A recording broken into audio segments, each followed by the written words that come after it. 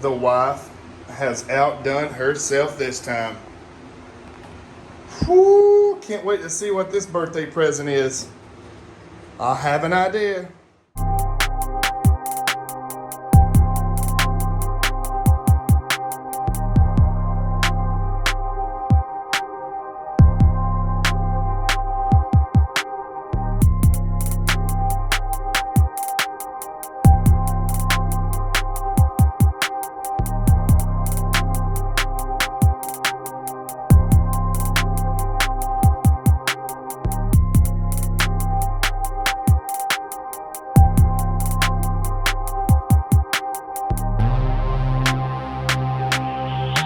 All right, guys, so as you've seen, got the Supra Focus.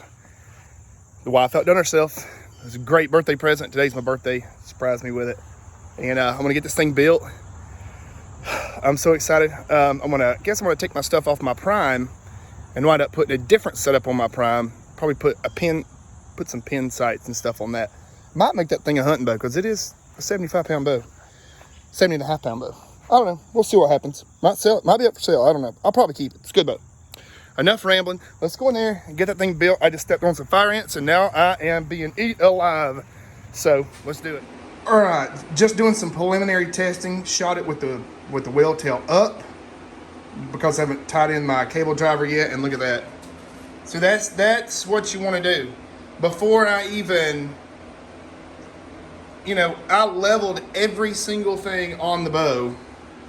Of course, I'm going to take this D-loop off this, which is a test D-loop. And now it's 100% bullet hold, and I haven't even really had to do much. I just set my rest and everything to 0. So now what I'm gonna do is I'll use the either the top or the bottom as a reference point. I'll put an arrow in, tie in knock servings, and then we'll proceed with the build. I'm impressed so far. All right, I'll show you guys. Here's what I do to tie my knock servings, so I know that this thing is perfect where it's at. So I start with a keep that out the way. That's my indicator there that's telling me that we're in the same spot, because we know that the original D-loop was good. So I do 3 up like that. I hold this BCY3 or 3D material kind of lightly. This is the method that I used to actually learn from John Dudley on his School of Knot. I'll do another wrap, same way.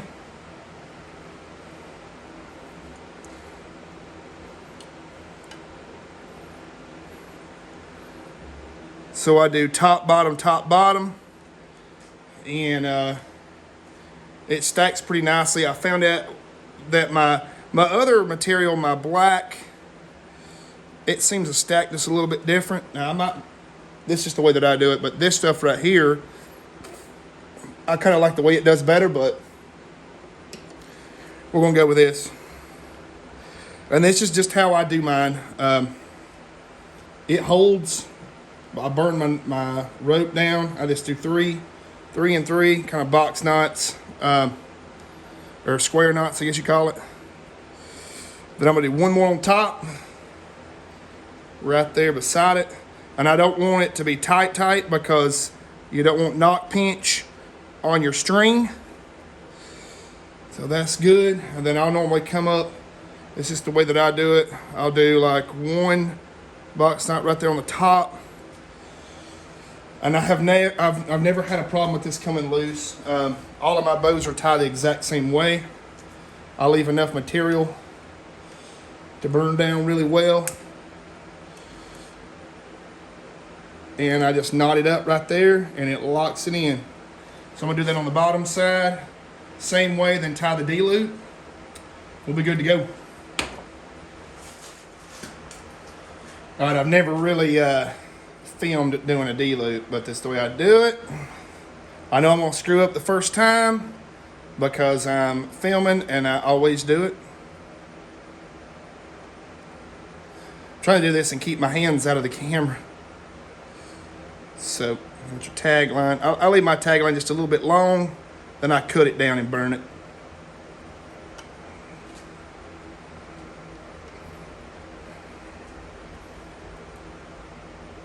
Oh, there's that side. I'm gonna take my pair of pliers here. That's why I leave it long. I'll grab up here. I'll wrap up. Really cinch that thing good and tight. I need a pair of D-loop pliers. I do not have any. So there's that one.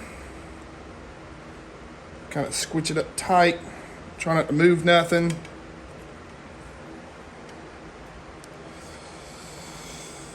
All right. So that side's done, other than cutting it down and burning it. And some people do it with a shorter tag line like this, but I like to do it a little bit longer. It gives me something to grab onto. I'll cut that. Still a little bit long. We're gonna fuzz it up real big. And it should burn all the way home. Keep that string out the way. Hopefully.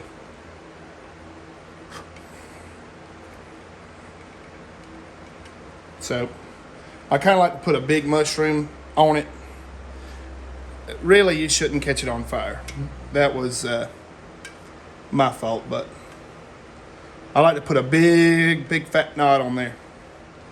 So we'll go around the back side here, go in front, back through.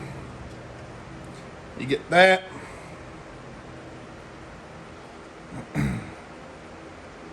And back up. And that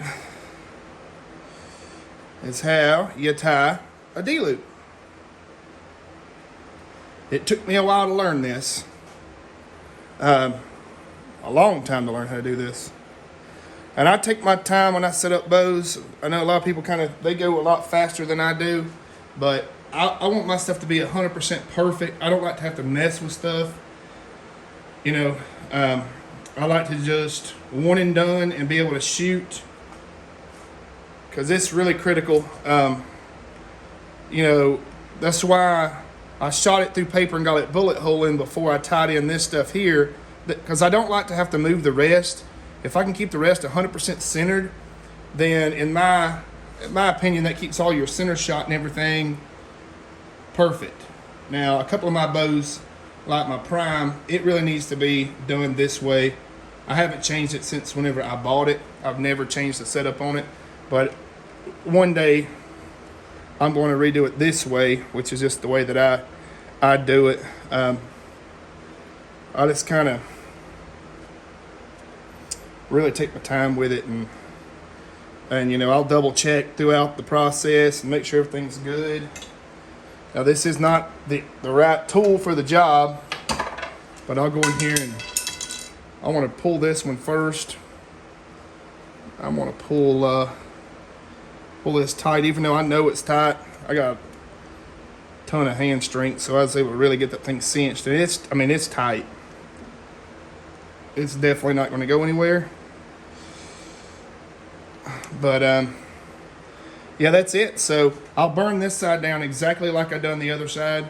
We'll be able to verify, shoot through paper, verify that it's still good. We might still have to tweak this just a little bit, but it's close enough now that we can get all of our adjustment out of the rest. So that's what you want. All right, so now we're gonna move on to the peep sight. So I'm gonna go ahead and mount my sight and everything on here. You really need your sight mounted up. That way you can kind of get your line of sight correct.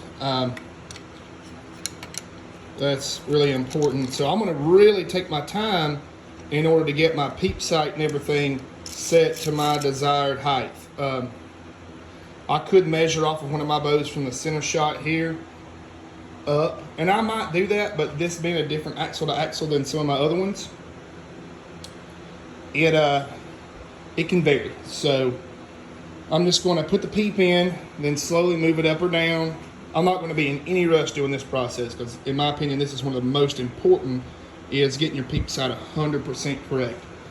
That way your anchor never changes, nothing ever changes between all of your bows that you shoot. You're anchoring in the same spot, you're looking to the same direction. So I'll get that where I want it, and then I'll show you guys how I tie a peep. So let's go. All right, guys. So now my peep sight's tied in. I'm gonna cut 2 pieces of this this BCY 008 serving, about 1.5 feet long. And I'm gonna show you guys how I do the knot. This is the way that Bomar ties his in, and it's worked very well for me. It does not move. Super, super, super, super, super strong. You get no peep movement. It's almost impossible to cut off too. So I'm gonna start at the bottom here on the first wrap, or on the first one. I'm gonna do 3.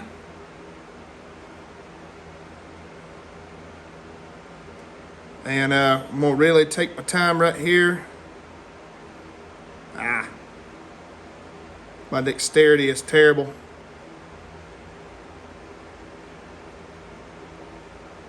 Okay. All right, so we got that one. On the top here, the tagline should be the same, but mine, this one here, one side's just a little bit shorter, but I'm not gonna tie very far up and down. So, double check, everything's good, make sure I got my wrap right. Okay, now the next one, I'm gonna tie down here on the bottom. And do the 3. Normally I cut longer pieces of serving, but trying to learn to do it with less where I don't waste all my serving. Okay, so we got 1 up, 1 down. See there? Now this one's going over top, so I'm gonna go under, do a half hitch, cinch it, slowly pull it down underneath the peep right there. Now I'm gonna go ahead, this one's going under, so I'm gonna go over, half hitch, and that stacks your knots. So we're gonna do it again, like that. That's the way I like to do it.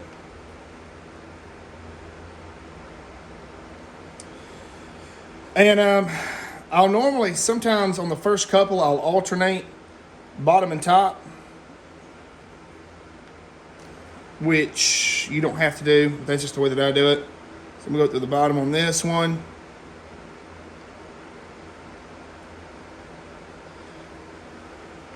And then on the rest, I'm gonna do the exact same through every wrap. So we'll go ahead and just kind of cinch it just a little bit. So on the next few, on this one, I'm gonna go bottom up, bottom up. And that way your knots stay the same. They all locate roughly in the same spot. Keep your knots right there together.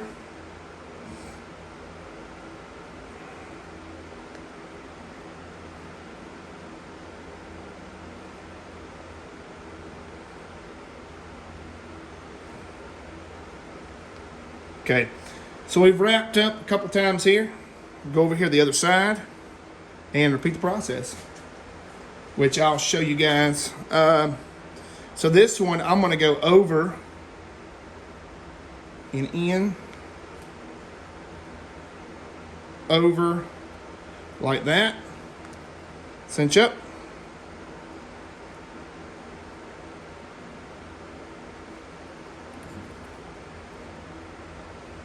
And these half hitches really cinch up. So I'll do a time lapse right quick, let you guys see what it looks like.